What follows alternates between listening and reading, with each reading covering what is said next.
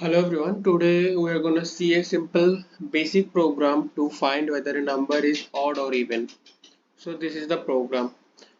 So here you can see in the line number 10, I have taken the input from the user and stored that input into a variable named R.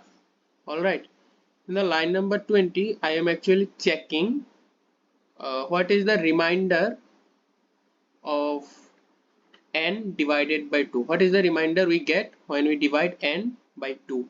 So in case of even numbers, when we divide them by 2 we get 0 as remainder, and in case of odd numbers we get 1 as remainder. So basically we are using this property to check whether a number is odd or even. So here you can see n mod 2. What does this mean?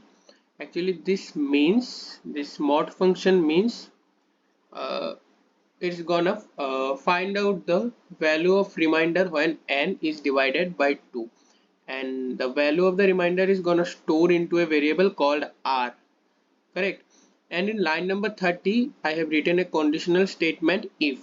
So if r equal to 0, that means if the remainder is 0 then the computer will print even, and if the remainder is not 0, that is else. If it is not 0 then print odd. This was the program. Now let's run it.